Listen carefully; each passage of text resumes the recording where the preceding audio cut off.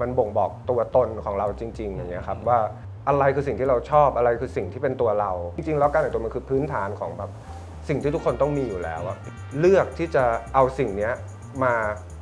เสนอให้กับคนอื่นได้เห็นว่าตัวตนเราเป็นแบบนี้โดยที่เราไม่ต้องพูดคือตอนแรกเราก็อาจจะเป็นคนแต่งตัวแบบไม่ได้สไตล์มากแต่ว่าพอถึงจุดหนึ่งเรารู้สึกว่าพอมันมิกซ์อะไรบางอย่างได้กับสิ่งที่เรามี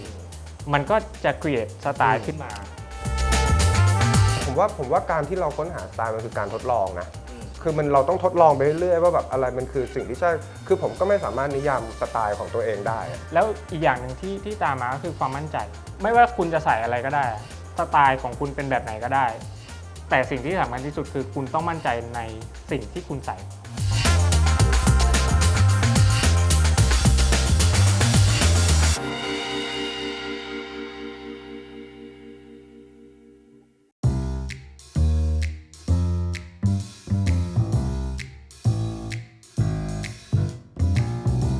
สวัสดีครับผมโอ๊คนะครับนานาจารุลักษ์ครับอยู่เป็นหนึ่งในเด็กความทีมครับสวัสดีครับผมชาลีนะครับชาลีทองยงนะครับเป็นหนึ่งในเด็กร่างทีมครับเป็น Green Building Specialist ครับก็เป็นเหมือนที่ปรึกษาอาคารประหยัดพลังงานและเป็นมิตรต่อสิ่งแวดล้อมก็จะเป็นงานเชิงแบบที่ปรึกษาให้คำปรึกษากับดีไซเนอร์หรือเจ้าของโครงการที่เขาอยากจะมาทำอาคารให้เป็นอาคารประหยัดพลังงานผมเป็นภูมิสถาปนิกครับก็ออกแบบพื้นที่ภายนอกออกแบบenvironment ข้างนอกอาคารหรือในอาคารอย่างเงี้ยครับเป็น landscape architect แล้วก็เป็นอาจารย์พิเศษอยู่ที่จุฬาครับแล้วก็มีทำแบรนด์สนุกๆกับเพื่อนๆธุรกิจเล็กๆน้อยๆครับเข้ามาจากทีเดียวได้ไงก็คือมันจะมีวันหนึ่งที่ผมได้มีโอกาสมาเหมือนกินข้าวกับพี่กายอะไรเงี้ยครับแล้วพี่กายก็ชวนอาจจะไม่รู้ดูจากสไตล์หรืออะไรเงี้ยแบบชวนแล้วรู้สึกว่าเหมือนอาจจะเห็นอะไรสักอย่างในตัวเราอะไรเงี้ยแล้วก็คือจริงๆตอนแรกพี่กายจะชวนเป็น full time เลยด้วยซ้ำแต่ว่าจริงๆแล้วผมก็เหมือนบอกเขาว่าเดี๋ยวผมขอมาเป็นพาร์ทไทม์ก่อนอะไรเงี้ยก็คือมาลองก่อนว่าสิ่งนี้คืออะไรเพราะผมก็เอาจริงก็ไม่เคยอยู่ในอุตสาหกรรมนี้คือผมชอบเสื้อผ้าแหละแต่ผมอาจจะไม่เคยเป็นคนที่ผมเป็นฝั่งเหมือนไบเออร์คือไม่ได้เคยมาอยู่ในฝั่งซัพพลายเออร์หรือฝั่งที่เป็นรีเทลเลอร์ก็เลยแบบรู้สึกว่าน่าสนใจดีเพราะว่าผมก็ชอบเสื้อผ้าอยู่แล้วแล้วก็ได้มาเข้ามาทำงานในร้านเสื้อผ้าอะไรประมาณนี้ครับตั้งแต่วันนั้นจนถึงวันนี้ที่เข้าร่วมจอยพี่โอ๊คอยู่กับเรานานแค่ไหนครับโอ้โห2 ปีแล้ว2 ปีแล้วเหรอใช่น่าจะ2 ปีแล้วผมขอเล่าก่อนว่าผมรู้จักเดคอรัมได้ยังไงกว่า ก็คือตอนแรกผมก็เห็นว่ามีแบบคามาคุระเชิ้ตเข้ามาขายอย่างเงี้ยครับก็ตอนนั้นเราก็เข้ามาดูใช่ไหมครับแล้วก็โอเคเราก็ได้ grab ได้หยิบไปบ้างบางตัวอย่างเงี้ยครับแล้วก็รู้สึกว่าร้านนี้เขาก็มีพัฒนาการที่แบบมีของที่แบบเข้ามาเจ๋งๆเยอะเลยอะไรเงี้ยครับแล้วก็ตอนนั้นผมก็ได้รู้จักกางเกงยีนรีโซลูทด้วยแล้วก็ผมก็ตอนนั้นมีโอกาสได้ไปญี่ปุ่นผมก็ไปตามหารีโซลูทเช็คราคาดูว่าเดคอรัมเขาทำราคาได้แบบตรงเลยแบบได้แบบใกล้เคียงกับแบบซื้อเมืองนอกมากบางอย่างถูกกว่าด้วยซ้ำอะไรเงี้ยผมก็เลยเริ่มมาเป็นลูกค้าที่นี่ก่อนอย่างเงี้ยครับแล้วก็พอหลังจากที่แบบเป็นลูกค้าไปสักพักนึงก็คุณโอ๊คนี่แหละครับตอนแรกผมก็ไม่ได้รู้จักโอ๊คอะไรว่าโอ๊คเป็นใครอะไรจะเห็นใน IG อะไรเงี้ยครับเพราะเหมือนกับว่าตอนนั้นได้มีโอกาสได้คุยแชทกันคุยกันว่ามีที่มาที่ไปนะคือจริงๆโอ๊คเขาเป็นรุ่นน้องที่ทำงานของเพื่อนผมด้วยอะไรเงี้ยก็เลยวันนั้นมันช่วงที่ผมได้กำลังจะตัดสูตรสำหรับแต่งงานก็เลยเลือกที่เดคอรัมด้วยครับแล้วก็เข้ามาถึงปุ๊บก็มาเจอโอ๊คก็มาคุยกันว่าโอ๊คทำยังไงแบบสนุกไหมบรรยากาศมันดีไหมมันเติมเต็มในส่วนหนึ่งที่แบบคือในระหว่างจันทร์ถึงศุกร์อย่างเงี้ยผมก็จะทำงานแบบประจำใช่ไหมครับหรืองานแบบที่มันเป็นอย่างอื่นของผมอะไรเงี้ยผมก็จะไม่ได้คุยอะไรพวกนี้กับคนอื่นอ่ะไม่ได้กี๊กว่าเราใช้คำแบบสิ่งที่ผมรู้หรือสิ่งที่ผมแบบสนใจได้คุยกับคนอื่นอะไรเงี้ยครับการที่แบบได้มาร่วมกับเพื่อนๆพี่ๆน้องๆอย่างเงี้ยก็มันเหมือนเราได้คุยในสิ่งที่เราชอบได้พบเจอกับคนที่เราสิ่งที่ชอบเหมือนกันอย่างเงี้ยครับก็เป็นสิ่งที่ดีแล้ววันนั้นทำไมพี่โอ๊คถึงตัดสินใจคุยกับพี่ชาลีเขาก็คือจริงๆทักอะไรมาง่ายๆมั้งแบบอะไรวะ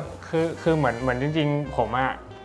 ก็เห็นพี่ชาลีในจีอยู่แล้วอะไรเงี้ยก็คือจริงๆก็ชอบใส่กันในตัวพี่เขาด้วยอะไรเงี้ยคือเหมือนมีมูทัลเฟรนด์เหมือนกันก็คือเพื่อนสนิทพี่ชาลีเป็นรุ่นพี่ที่ออฟฟิศผมก็เลยแบบพี่ที่ออฟฟิศผมก็เลยถามว่ารู้จักพี่ชาลีไหมแต่งตัวเหมือนมึงเลยอะไรประมาณเนี้ย แบบพอเวลาเห็นมึงแล้วนึกถึงพี่ชาลี ผมก็เลยแบบพี่ชาลีคือคนนี้ใช่ไหมก็เลยแบบมันก็เลยเห เพ มือ ราะ น ไอจีผมมันจะชื่อแบบ ชาลู ติงตองหน่อยครับ มันก็เหมือนเลยมีความคอมมอนกันที่แบบเราแบบคุยกันง่ายแบบจูนกันง่าย เพราะว่าเรามีโมโทเฟนเหมือนกันอะไรอย่างเงี้ยครับ ความชอบในสไตล์หรือแบบสมัยตอนเราวัยรุ่นเราไม่รู้จักหรอกอะไรคือสไตล์เราไม่รู้หรอกว่าแบบเฮ้ยสไตล์ส่วน personal สไตล์ส่วนตัวมันคืออะไรไงครับสมัยนั้นเวลาเราซื้อเสื้อผ้าหรืออะไรมันก็มีที่ขายอยู่ไม่กี่ที่ก็คือแบบเจใต้โรงหนังสยามลิโดสยามสแควร์ไม่มีอยู่ที่วัยรุ่นเข้าไปมีอยู่แค่นี้อะไรเงี้ยคือผมว่าผมได้อินสปายได้แรงบันดาลใจมาจากดนตรีนะเพราะว่าจริงๆแล้วสมัยนั้นผมก็เล่นดนตรีในสมัยเด็กๆก็เล่นดนตรีกับเพื่อนแล้วเราก็ช่วงนั้นคือแบบโมเดิร์นด็อกก็ดังมากๆอะไรเงี้ยคือสมัยเด็กพ่อแม่เขาก็ซื้อเสื้อแบบตัวมันก็เผื่อโตพอเราเห็นพี่ป๊อตโอ้โหพี่ป๊อตแบบอัลเทอร์เนทีฟใส่เสื้อตัวเล็กคือแบบเป็นทางเลือกใหม่ของคนยุคนั้นอะไรเงี้ยผมก็แบบเราก็ไปหยิบเสื้อน้องมาใส่อะไรอย่างเงี้ยแล้วก็แบบใส่กางเกงยีนเริ่มใส่กางเกงยีนเริ่มอะไรอย่างเงี้ยครับแล้วก็ไปจตุจักรแล้วก็เริ่มตอนนั้นเรายังไม่มีสไตล์หรอกเราก็แบบเขาสนใจอะไรกันเราก็จะหันไปทางนั้นอะไรเงี้ยมันก็ค่อยๆพัฒนาขึ้นมาเรื่อยๆพอเราเริ่มเข้าที่โรงเรียนสถาปัตย์อะไรเงี้ยเรื่องการแต่งตัวนี่ยิ่งแบบหนักเลยคือจะไปทางแบบเซอร์เลยแบบกางเกงยีนกับขาดแล้วทุกอาทิตย์เราก็ไปจตุจักรเพราะว่าตอนเย็นแล้วมันก็จะมีบาร์อยู่แล้วก็จะมาจอยกับเพื่อนอะไรเงี้ยแล้วก็มีกลุ่มเพื่อนที่แบบไปจตุจักรด้วยกันตอนเย็นก็ไปแฮงเอาท์อยู่แถวนั้นอย่างเงี้ยครับมันค่อยๆพัฒนาขึ้นมาเรื่อยๆแล้วก็พอถึงจุดที่เราเรียนจบเนี่ยผมก็รู้สึกว่าผมก็สนใจแบบเรื่องเครื่องแต่งกายมาตลอดนะเพียงแต่ว่าเปลี่ยนว่าเรารู้ว่าอะไรที่เราชอบอย่างเงี้ยผมได้แบบมีโอกาสแบบได้รู้จักช่างคนหนึ่งที่เขาแบบตัดกางเกงตอนนั้นผมคิดว่าเฮ้ยการตัดกางเกงมันคืออะไรวะแบบทำไมเราต้องตัดกางเกงอะไรเงี้ยแล้วผมก็เลยแบบลองดูไปได้ตัดกับเขาแล้วรู้สึกว่าตอนนั้นในตลาดที่แบบคนเริ่มใส่กางเกงที่แบบเป็นไฮไรส์หรือว่ามิดไฮอย่างเงี้ยมันไม่มีเลยแบบ7 ปี 7-8 ปีที่แล้วมันน้อยมากๆครับคือเราสมมติเราใส่กางเกงเอวสูงไปหาเพื่อนเงี้ยเพื่อนแซวแล้วสมัยนั้นคือโดนแซวตลอดแล้วแบบพอผมก็รู้สึกว่าพอผมได้ใส่กางเกงที่ช่างคนนั้นตัดผมรู้สึกว่ากางเกงเอวสูงมันเหมาะกับผมเพราะว่าผมเป็นคนตัวช่วงตัวสั้นแต่ช่วงตัวยาวแต่ขามันสั้นการที่แบบผมใส่ไฮไรส์มันทำให้ขาผมดูยาวขึ้นอะไรเงี้ยผมก็เลยเริ่มหันเข้ามาทางนี้แล้วก็เริ่มดูแบบไอเทมเรื่อยๆต่างๆเริ่มศึกษาตอนไปเรียนอย่างเงี้ยครับก็ศึกษาต่อว่าแบบมันมีไอเทมอะไรที่แบบมันเป็นคลาสสิกมันเป็นวินเทจอะไรเงี้ยครับคือสไตล์มันก็เยอะระหว่างทางพี่ใช่มันเยอะมากก็จะมีมันไปฮิปฮอปก็มีโอเคแต่ว่าเคยไปช่วงเซาท์ไซด์มาอย่างนี้ผมก็แบบโอ้โหบิทเทพวกแบบอันเดอร์ฟีดฮาฟอะไรเงี้ยผมว่าการที่เราค้นหาสไตล์มันคือการทดลองนะคือเราต้องทดลองไปเรื่อยๆว่าแบบอะไรมันคือสิ่งที่ใช่คือผมก็ไม่สามารถนิยามสไตล์ของตัวเองได้จนถึงตอนนี้ผมไม่ได้แบบผมไม่ใช่คลาสสิกขนาดนั้นสมมุติผมออกไปข้างนอกเงี้ยครับเอาให้ตัวเองสบายที่สุดบางทีเสื้อยืดกางเกงยีนรองเท้าวันไหนเราไม่ได้เซ็ตผมแล้วก็ใส่หมวกมันก็ไม่ใช่คลาสสิกหรอกผมว่ามันนิยามสไตล์ของแต่ละคนได้ยากนะคือจริงๆแต่ก่อนผมชอบดูหนังสงครามซึ่งเรื่องอะไรพี่ก็แบบพวก Saving Private Ryan อะไรเงี้ยครับพวกนั้นแบบยุคนั้นอะไรเงี้ยครับหนังอะไรที่ประวัติศาสตร์หนังอะไรที่ based on true story แล้วทีเนี้ยผมก็เหมือนดูไปแล้วก็รู้สึกว่าเราชอบยูนิฟอร์มทหารนะเขาใส่กันเท่ดีคือจริงมันเป็นยูนิฟอร์มที่เขาไม่ได้ทำมาเพื่อให้มันเท่แต่เหมือนแบบมันเป็นยูนิฟอร์มที่อย่างฟิลแจ็คเก็ต M65 เงี้ยเขาใส่แล้วก็รู้สึกว่าเขาใส่เพื่อลุยแต่เรามองว่ามันเหมือนมันเท่มันเหมือนเป็นสไตล์อย่างที่เรารู้สึกว่ามันเอาแบบมาใส่ในชีวิตประจำวันได้ตอนนี้ก็เลยไม่ได้ศึกษาต่อเรื่องสงครามหรือเรื่องประวัติศาสตร์อะไรมาศึกษาเรื่องเสื้อผ้าแทนใช่อย่างเช่นแบบเสื้อผ้าแบบของทหารอเมริกันยุคนี้เขามีอะไรบ้างอะไรเงี้ยยุคนี้อย่างแบบ World War II อย่างเวียดนามวอร์เวียดนามเอราก็จะเป็นอีกลุคหนึ่งอีกชุดหนึ่งอะไรเงี้ยครับมันเลยทำให้ผมเหมือน เข้าไปศึกษาในเรื่องของเสื้อผ้ามากขึ้นใช่แล้วพอเข้าไปศึกษาปุ๊บมันก็เหมือนแบบ explore โลกอีกโลกหนึ่งคือตอนแรกเราก็อาจจะเป็นคนแต่งตัวแบบไม่ได้สไตล์มากแต่ว่าพอถึงจุดหนึ่งอ่ะเรารู้สึกว่าพอมัน mix อะไรบางอย่างได้กับสิ่งที่เรามีมันก็จะ create สไตล์ขึ้นมาคือจริงๆตอนแรกผมไม่ได้ศึกษาสไตล์หรอกผมศึกษาเรื่องแบบทำไมเขาถึงมีชุดนี้แบบต่างที่มาที่ไปใช่ที่มาที่ไปของเสื้อตัวนี้แบบอย่างพวกฟิลแจ็คเก็ตทำไมต้องมีสีกระเป๋าอะไรเงี้ยแบบเพราะเขาเอาไว้ใส่ของเพราะว่าฟิลแจ็คเก็ตเวลาเขาเดินทางไกลๆเขาต้องมีแบบพวกของใช้ของอะไรเงี้ยที่ต้องใส่ในกระเป๋าหรืออะไรเงี้ยครับผมก็เลยรู้สึกว่าอันนั้นอ่ะมันคือการศึกษาว่าแบบเราศึกษาว่าทำไมมันต้องมีตรงนี้ทำไมต้องมีตรงนี้อะไรแล้วทำไมชุดอีกยุคนึงมันไม่มีเหมือนกันอะไรเงี้ยมันก็เลยทำให้เราเหมือนมองเห็นอะไรสักอย่างว่าไอความเหมือนกับความต่างเนี่ยมันสามารถ create สไตล์ได้เริ่มแรกเลยอ่ะสำหรับผมคือผมก็ดูตามแบบโซเชียลดูว่าเขาเริ่มยังไงเขามีอะไรแล้วแบบอันนั้นคือเบสแรกเลยเราจะอันนั้นคือพื้นฐานแรกเพราะเราจะมองพอเรามองพวกนี้ไปเรื่อยเราก็รู้สึกว่าอะไรที่มันเหมาะกับเราผมยกตัวอย่างเป็นเคสละกันตอนที่ผมตัดสินใจซื้อแจ็คเก็ตที่มันมีราคาตัวแรกอ่ะคือ Bidel Barber ผมก็เสิร์ชอินเทอร์เน็ตว่าแบบ Barber เนี่ยเขาจะมีแจ็คเก็ตในโมเดลที่แบบหลากหลายมากๆแล้วผมก็แบบอะไรโมเดลอันไหนผมไม่รู้อ่ะผมเดินเข้าไปในช็อปผมก็ไม่รู้ว่าแบบมันจะเป็นโมเดลไหนมันเหมาะกับผมอย่างเงี้ยผมลองผมก็มันก็ได้หมดอ่ะแต่แบบผมก็ไปอ่านประวัติศาสตร์ว่าโอเคแบบBidelมันแบบมันสร้างขึ้นมันเป็นโมเดลที่ตัดให้สั้นลงนะเพราะว่าเขาเอาไว้สำหรับขี่ม้าอะไรอย่างเงี้ยแล้วใน Bidel เนี่ยก็จะมีอยู่รุ่นหนึ่งคือเป็นรุ่นสีผมไม่แน่ใจว่าเป็นโอลิฟนะครับที่จะเป็นกรรมวิธีการย้อมแว็กซ์แบบโบราณเลยตั้งแต่แบบเขาผลิตแบรนด์ขึ้นมาอะไรเงี้ยผมก็อันเนี้ยผมต้องไปตัวนี้แหละมันก็เป็นอะไรอย่างนั้นนะครับใช่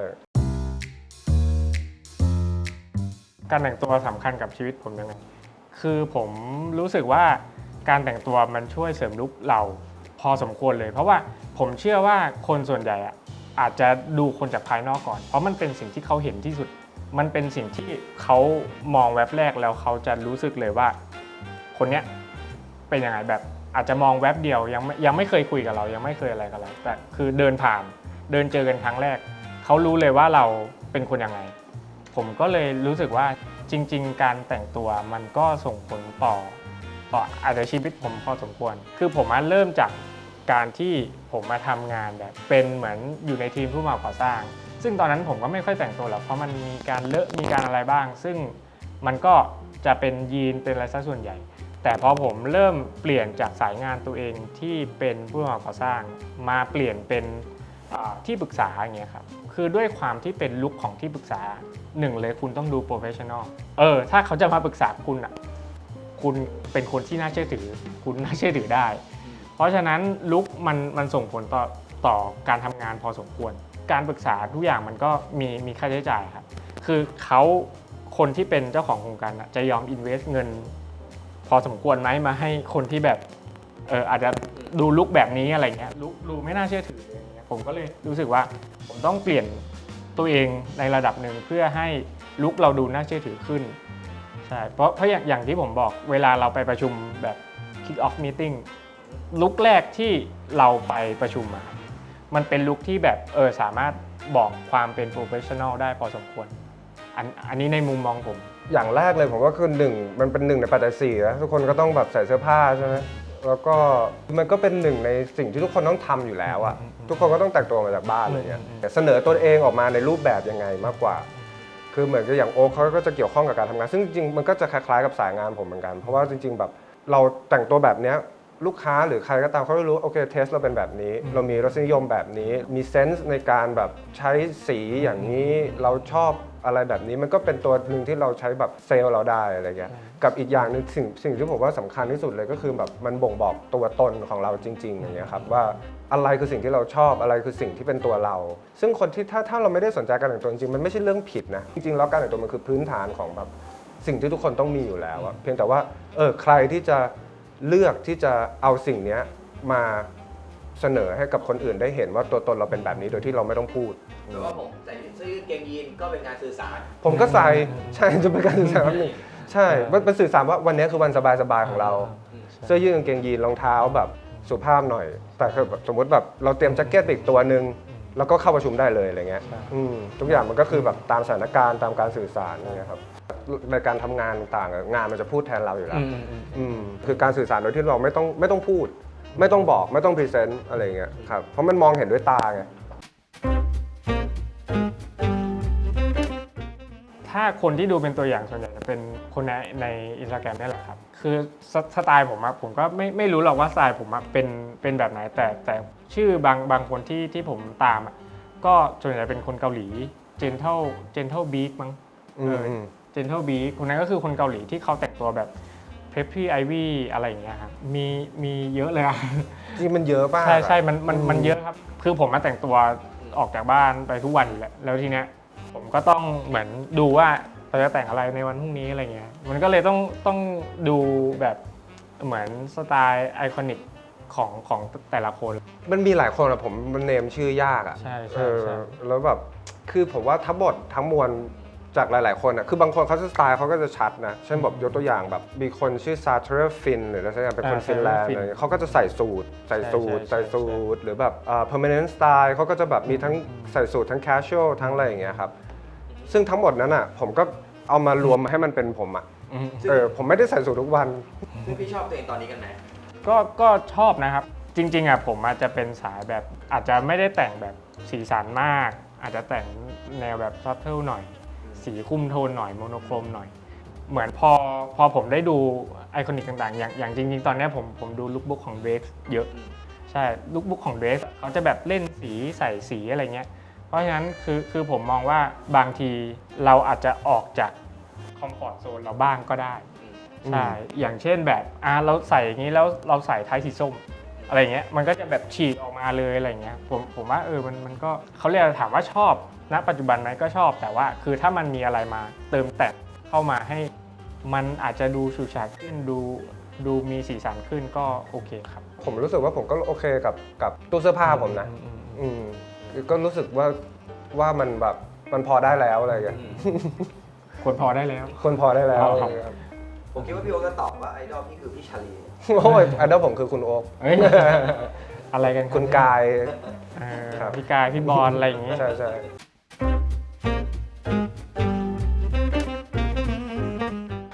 ถ้าเป็นผมนะแบบทริคแรกเลยอ่ะเราอาจจะไม่ต้องปรับปรุงแบบโละมันทั้งหมดอ่ะคืออย่างน้อยสิ่งที่มันอยู่ในตู้เรามันคือสิ่งที่เราคอมฟอร์ตในการใส่เราสบายในการใส่ถูกไหมครับแต่เราจะมีแบบชิ้นไหนที่เราแบบเพิ่มเติมเข้าไปสมมติผมยกตัวอย่างว่าคนแต่งตัวสบายทุกคนคงมีกางเกงยีนที่แบบมันฟอกอยู่แล้วอย่างเงี้ยกางเกงยีนสีฟอกกับเสื้อสีขาวคุณอาจจะสมมติเริ่มมาใส่รองเท้าหนังคุณอาจจะเป็นแบบเริ่มต้นจากฟุกาชินโลเฟอร์ก่อนก็ได้อะไรเงี้ยก็ค่อยปรับตัวไปว่าเราชอบแบบไหนเทคนิคที่ผมใช้นะแต่คนอื่นอาจจะแล้วแต่ครับก็คือผมจะมองว่าผมตัดสินใจซื้อ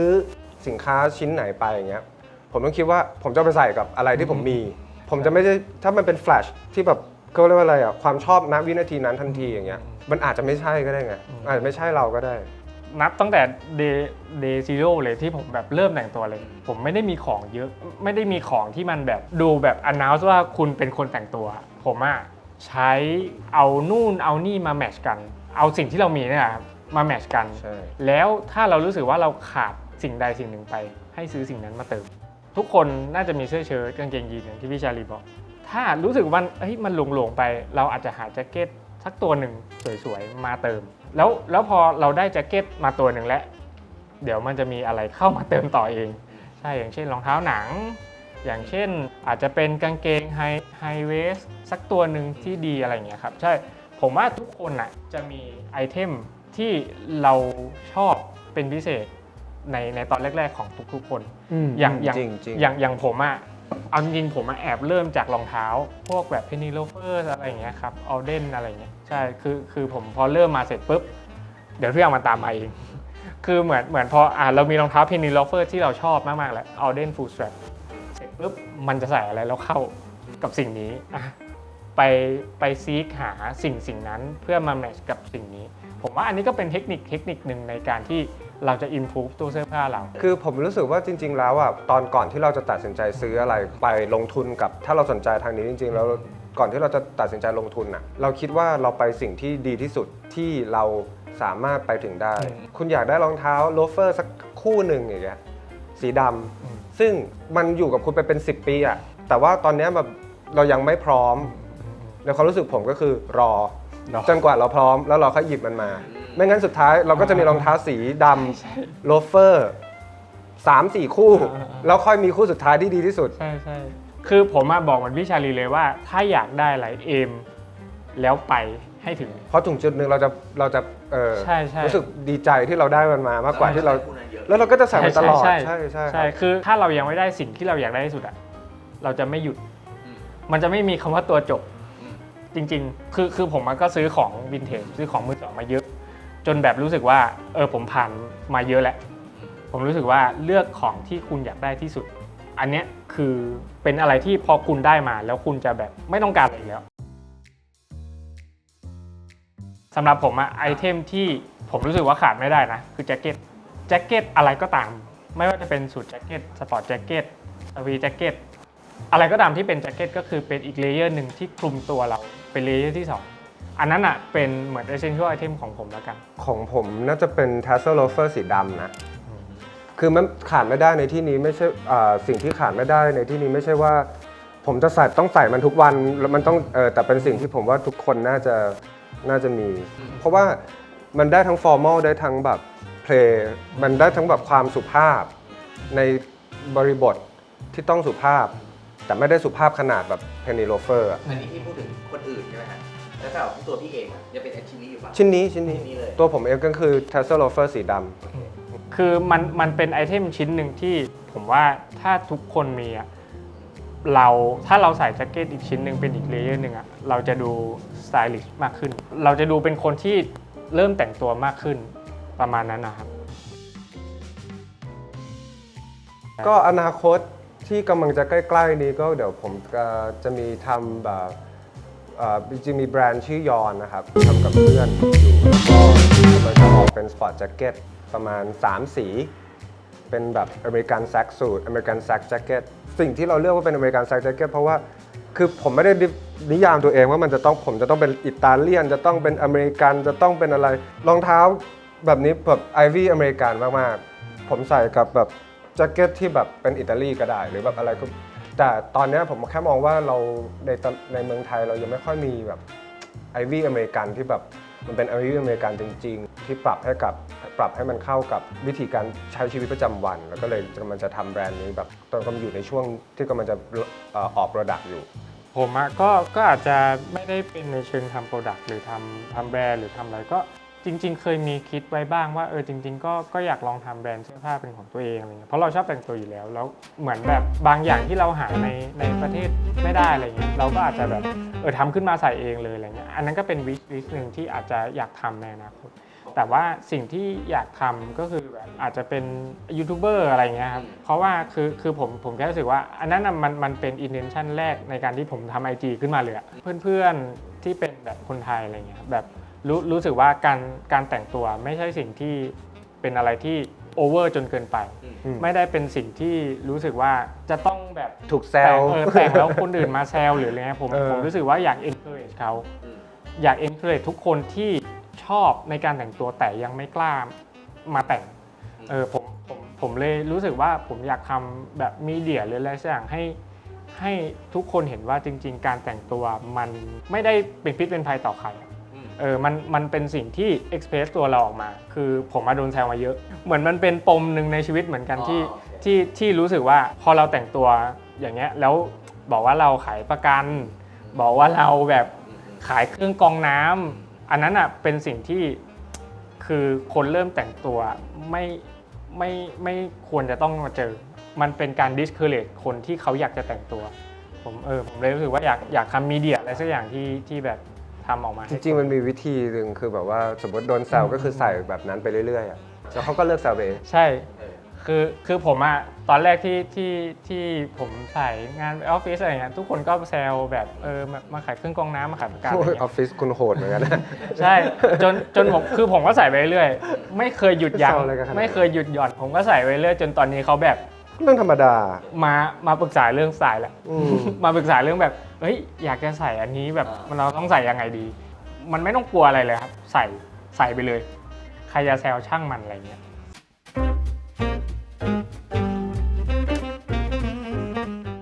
ถ้าในมุมมองของตัวเราเองอย่างเงี้ยผมก็มองว่าการแต่งตัวถ้าเรารู้สึกว่าเรามั่นใจอ่ะอันนั้นคือดีละถ้าเรามั่นใจออกจากบ้านอันนั้นคือดีละกับเรื่องของกาลเทศะถ้าแบบว่า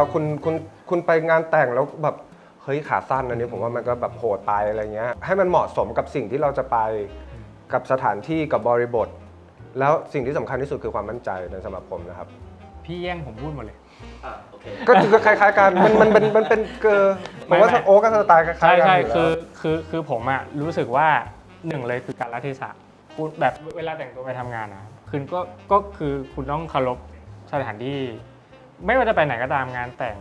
งานฟิวเจอร์งานศพหรืองานที่อะไรที่เป็นค่อนข้างแบบบิสเนสนิดนึงคำนึงถึงคาละเทศะตรงนั้นด้วยอะไรเงี้ยหรือถ้าเราไปเที่ยวแล้วเราใส่สูทเนี่ย อันนั้นก็แปลก อันนั้นคือผิด อืม ใช่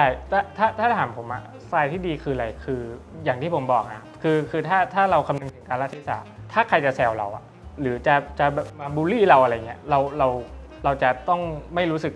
แบบโดนบูลลี่ เพราะว่าเราว่าเราทำถูกแล้ว เราไปงานแต่งก็เราต้องใส่สูทเรียบร้อยถูกแล้ว หรือถ้าเราไปทำงานเราก็ต้องใส่เชิ้ตอาจจะมีแจ็คเก็ตคลุมนิดนึงก็คือเราไปทำงานเราให้เกียรติสถานที่เราให้เกียรติที่ทำงานเราให้เกียรติ เจ้านาย อาชีพของเราอันนั้นก็คือกาลเทศะแล้วอีกอย่างหนึ่งที่ตามมาก็คือความมั่นใจ ไม่ว่าคุณจะใส่อะไรก็ได้สไตล์ของคุณเป็นแบบไหนก็ได้ แต่สิ่งที่สำคัญที่สุดคือคุณต้องมั่นใจในสิ่งที่คุณใส่ คือถ้าคุณไม่มั่นใจคุณจะรู้สึกเคอะเขินไปเลยตลอดทั้งวัน และคุณจะรู้สึกว่าฉันแต่งตัวอะไรมาเนี่ย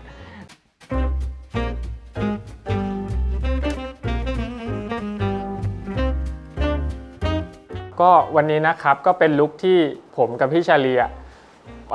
เรียกได้ว่ามั่นใจในลุคนี้ก็คือเป็นลุคที่เราใส่ได้ทุกวันนะเป็นลุคที่ง่ายๆที่เราสามารถใส่ได้ทุกวันใส่ได้ในหลายๆโอกาสอะไรเงี้ยครับเริ่มที่พี่ชาลีก่อนในพี่ชาลี ได้ครับ ครับ ของผมก็ง่ายๆก็คือเป็นเสื้อยืด อาจจะแบบเสื้อพิมพ์ลายไม่มีลายเสื้อยืดธรรมดาครับแล้วก็กางเกงอันนี้เป็นกางเกงอิชิซัญญาผ้าวูสีเนวี่ก็เสื้อยืดตัวนี้มันมีลายสีแดงผมก็คิดว่าให้มันมาตัดกับสีเนวี่แล้วก็ผมรู้สึกว่าวันนี้ผมอยากใส่บารากูต้าสีแดงมันก็จะมาแมทช์กับเสื้อยืดที่มีลายสีแดงด้วยอะไรเงี้ยครับแล้วก็ผมรู้สึกว่าถ้าเราไปทางรองเท้าหนังที่แบบเป็นเชลซีบูทหรืออะไรเงี้ยมันก็ให้ลุคที่แบบดูแบบสนุกขึ้นมาอีกหน่อยครับแล้วก็ที่คอก็จะเป็นแบบเป็นแฮงเกอร์ชีฟที่เป็นลายตัดกับสีองค์รวมของเอาท์ฟิตครับ ในส่วนของผมนะครับก็จะลุคธรรมดาหน่อยอาจจะไม่ได้มีสีสันเท่าเหมือนพี่ชาลีก็คือเสื้อข้างในผมก็จะเป็นรัตทอนดาวอันนี้เป็นของคามากุระเชิ้ตครับเสื้อตัวนอกอันนี้ผมด้วยความที่ผมชอบพวกไอวี่ลีกอะไรเงี้ยครับผมก็เลยใส่เสื้อรักบี้อันนี้ก็เป็นของรักบี้รับลอเรนครับแล้วก็กางเกงอันนี้เป็นจริงๆเป็นกางเกงสูททราวเซอร์ก็คือเป็นกางเกงที่มีแจ็คเก็ตด้วยอะไรเงี้ยก็คือเป็นสูทแต่ว่าอันนี้ผมก็เอามาแมทช์ให้เป็นเหมือนชิโน่กางเกงคอตตอนกางเกงผ้าที่แมทช์ได้กับลุคไอวี่ลีกเนี้ยครับแล้วก็รองเท้าผมก็ด้วยความเป็นไอวี่ลีกก็เลยเป็นเพนนีโลเฟอร์สก็คือนี้เป็นออเดนฟูลสเต็ปครับคืออันเนี้ยเราได้โจทย์มาว่าเราใส่ลุคที่มั่นใจแล้วเขาให้โจทย์เรามาว่าแล้วลุคอะไรที่เราไม่มั่นใจเพราะฉะนั้นเดี๋ยววันนี้ครับผมจะเลือกของที่ไม่มั่นใจให้พี่ชาลีครับ ซึ่งพี่ชาลีก็จะเลือกของที่ไม่มั่นใจให้ผมแล้ววันนี้เดี๋ยวเราลองมาแมทช์ดูนะครับว่า จะรอดไม่รอด ความไม่มั่นใจตรงนั้นมันจะรอดหรือเปล่าเลือกอาจจะเลือกอะไรที่แบบคือพี่ชาลีเขามั่นใจในทุกชุดอยู่แล้วแต่ทีเนี้ยว่าจะเลือกอะไรที่มันอาจจะไม่แบบอาจจะไม่ค่อยได้เห็นพี่ชาลีใส่แล้วกันประมาณนี้ครับ อาจจะต้องเป็นอะไรที่แบบว่ามีสีสันแบบเจ็บๆหน่อย แต่ว่านี่ตอนแรกชิ้นแรกเป็นแบบเกงยีนสีขาวของฟูลเขากับเดคอรัมที่ทำด้วยกันนะครับมันก็เป็นไอเทมแรกที่หยิบให้โอ๊กแล้วก็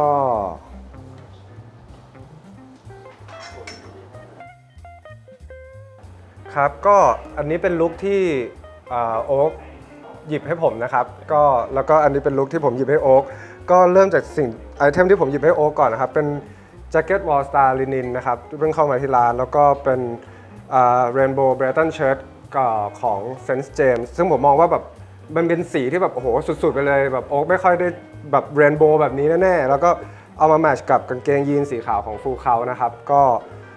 ให้มันเป็นลุคขาวทั้งตัว แล้วก็โอ๊คก็เอาสตีฟโมโนสีขาวของตัวเองมาใส่นะครับผมก็มองว่าลุคโอ๊คแบบลุคนี้ก็คือเปลี่ยนคาแรคเตอร์ไปเลยก็คือจากขาวขึ้นมาแล้วก็มีสีสันข้างบนอะไรอย่างเงี้ยก็เป็นอะไรที่แบบต้องถามความรู้สึกโอ๊ค อย่างที่ผมบอกไปในก่อนหน้านี้ครับคือผมเป็นคนที่แบบซับซ้อนหน่อย ไม่ค่อยได้เล่นแบบสีอะไรเยอะขนาดนี้แต่ว่า พอมาพอให้เหมือนสไตลิสต์ที่เขาเล่นสีมาก่อนแบบรู้เรื่องสีมาก่อนอะไรเงี้ยครับแบบชอบอะไรที่เป็นกิมมิคในเรื่องของสีมา จับแต่งตัวให้ถามว่า อันเนี้ยเกือบ all item อะเป็น unconfident ของผม ซึ่งผมไม่เคยใส่แบบแจ็คเก็ตสีแบบบริกเรนโบว์เชิ้ตเงี้ยผมอาจจะแบบ ไม่หยิบ ไม่มีที่บ้านแบบอาจจะไม่ค่อยได้หยิบมาใส่หรืออะไรเงี้ยครับส่วนยีนขาวเนี่ยผมไม่เคยมีเลยคือผมมีก็เป็นกางเกงสีครีมอะไรเงี้ยแต่ไม่มียีนสีขาวก็รู้สึกว่า unconfident นิดแต่ เอาอยู่ ว่า นะเอาอยู่ ใช่แต่ผมรู้สึกว่ามันเป็นอะไรที่ก็ create fun ได้ในระดับหนึ่งในวันหยุดในอะไรอย่างเงี้ยครับส่วนพี่ชาลีอันเนี้ยคือด้วยความที่เขาเป็นคนที่สีสันจัดจ้านอยู่แล้วผมเลยรู้สึกว่าโอเคเอาความซับเทิลผมไปก็คือแบบชุดก็คือเป็นของไดเซนนะครับเป็นทเวลเชิ้ตก็คือเป็นผ้าขนหนูขาวๆแบบคลีนเพราะว่าพี่ชาลีปกติเขาจะเล่นสีนี้ก็คลีนไปแล้วก็อันนี้ก็เป็นกางเกงเอชิเชนยาสีเนวี่ผมเลยเอาข้างบนให้เป็นสีเดียวกันเลยเอาให้คุมโทนที่สุดอะไรอย่างเงี้ยครับก็เลยเกรดลุคออกมาที่เป็นลุคนี้ก็คือเป็นลุคแบบซับเทิลหน่อยอาจจะมีแบบกิมมิกนิดนึงตรงโฮเวลเชิ้ตที่เป็นเหมือนผ้าขนหนูอะไรเงี้ยครับอาจจะเป็นลุคunconfident มั้งของพี่ชาลีแต่ว่าผมรู้สึกว่าพี่ชาลีconfident ทุกอย่างที่เขาใส่ ไม่เป็นขนาดนั้นนะครับ แต่ผมก็รู้สึกว่าสนุกดีสิ่งที่ไอเทมที่โอ๊คเลือกมาให้ก็จริงๆแบบทาวเชิ้ตที่ผมก็ไม่ค่อยได้มองแต่จริงๆแบบพอเรามาใส่รู้สึกว่าก็เป็นไอเทมที่แบบก็ดูเข้ากับเราดีอะไรเงี้ยครับ น่ารักมากเลยพี่ ก็สนุกดี ใช่ ขอบคุณโอ๊คครับขอบคุณ ครับ โอ๊ค ขอบคุณพี่ชาลีเหมือนกันครับ ก็ ก็ ครับ แปลกตาวันนี้อาจจะได้เห็นผมใส่วันเดียว ไม่ก็คือจริงๆผมก็พยายามแบบ break the rule break the box ออกอยู่อะครับว่าแบบถ้าเรามีสีสันเข้ามาเพิ่มขึ้นอะไรเงี้ยแบบมันอาจจะช่วยเป็น alternative อย่างหนึ่งที่ทำให้การแต่งตัวเราดูสนุกขึ้นก็ได้อะไรเงี้ยมันก็อย่างที่บอกครับสไตล์ไม่มีอะไรที่ตายตัว คือมันเป็นอะไรที่เราสามารถ create ได้โดยที่ไม่มีที่สิ้นสุด ใช่ ครับประมาณนั้น ก็ให้ทุกคนลองดู ครับ ขอบคุณครับ ขอบคุณมากครับ ขอบคุณครับ ขอบคุณครับ